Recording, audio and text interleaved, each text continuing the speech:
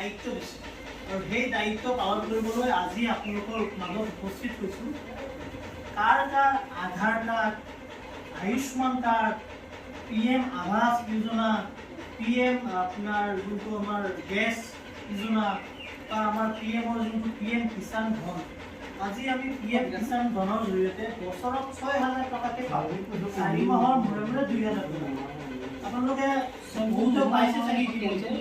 আমি যিসকল লোকে খেতি কৰোঁ খেতিয়কসকলৰ কাৰণে ভাৰত চৰকাৰৰ ফালৰ পৰা আমাৰ 6,000 টকাকৈ বছৰি এটা অনুদান আপোনালোকে আগবঢ়ায় আৰু সেই অনুদানটো আপোনালোকে পাইছে নে নাই তাৰে খবৰ কৰিবলৈ আমাক আপোনালোকৰ মাজলৈ পঠিয়াইছে।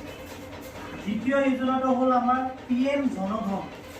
আজি আপোনালোকে যদি বেংকলৈ যায়, বেংকলৈ গৈ পেলাই যে কয় মোৰ এটা বেংক একাউণ্ট খুলি দিয়ক, তেতিয়া বেংকৰ মানুহজনে কয় বোলে আপুনি 500 টকা বা 1,000 টকা এটা বেংকত সদায় জমা ৰাখিব লাগিব, কয়নে নকয়? কিন্তু সেইটো আপোনাৰ এটা 500 টকা আপোনাৰ জমা থ'ব লাগে। কিন্তু 2014 চনত মোদী চৰকাৰে আপোনালোকৰ কাৰণে প্ৰতিটো বেংকত এখন জিৰ' বেলেঞ্চ একাউণ্টৰ সুবিধা কৰি ৰাখিছে। আপোনালোকে জানে নে নাই নাজানো।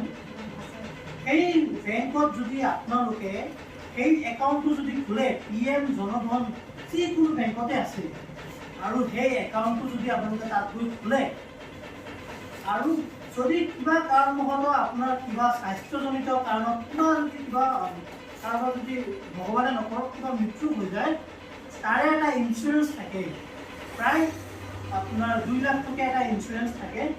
সেইটো ইঞ্চুৰেঞ্চ আপুনি PM জনধন একাউণ্টটো যদি খোলে 2 লাখ টকীয়া এটা ইঞ্চুৰেঞ্চ আপোনালোকে ক্লেইম কৰিব পাৰে। তাৰপিছত হ'ল আমাৰ PM আৱাস যোজনা, যোনটো আপোনালোকে প্ৰতিটো গাঁৱে গাঁৱে দেখি আছে যে আপোনালোকে এই ঘৰবিলাক যে পায় চৰকাৰী ঘৰ, সেই চৰকাৰী ঘৰটো হ'ল PM আৱাস যোজনা। এই যোনে যোনে পোৱা নাই আমি তেওঁলোকৰ নামবিলাক এণ্ট্ৰি কৰিম।